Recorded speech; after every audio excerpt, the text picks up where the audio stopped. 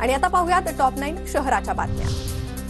कृषी उत्पन्न बाजार समिती आता मत्स्य वाहतुकीवर कर आकारणार। बाजार समितीला तोट्यातून बाहेर काढण्यासाठी निर्णय 14 ऑगस्टला अंतिम निर्णय होणार। त्र्यंबकेश्वरमध्ये 18 ते 20 तारखेदरम्यान श्रावणी सोमवार निमित्त खासगी वाहनांना प्रवेश बंदी। भक्तांची गैरसोय टाळण्यासाठी नाशिक त्र्यंबकेश्वर मार्गावर दर 5 मिनिटाला एक बस सोडण्याचा निर्णय। शक्तीपीठ महामार्गाविरोधात संघर्ष समिती पुन्हा आक्रमक। शक्तीपीठ विरोधी संघर्ष समिती अजित पवारांच्या दौऱ्यावेळी निदर्शनं करणार। संघर्ष समितीचा इशारा। नाशिकच्या मालेगावातील 21 जणांना डेंग्यूची लागण। उपायुक्तांकडून तातडीनं आढावा बैठक। शहरात 395 डेंग्यूचे संशयित रुग्ण।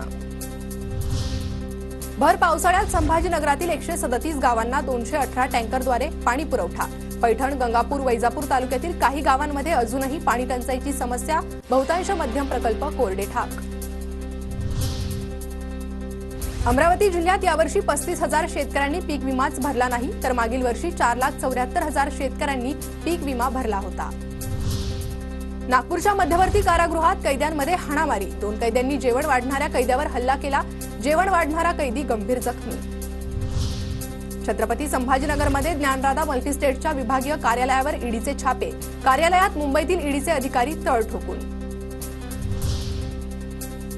बुलढाण्यात 2 कोटींच्या अपहार प्रकरणी 2 तलाठ्यांसह 3 विरोधात गुन्हा दाखल। बनावट लाभार्थी दाखवून कोट्यवधी रुपयांचा घोटाळा।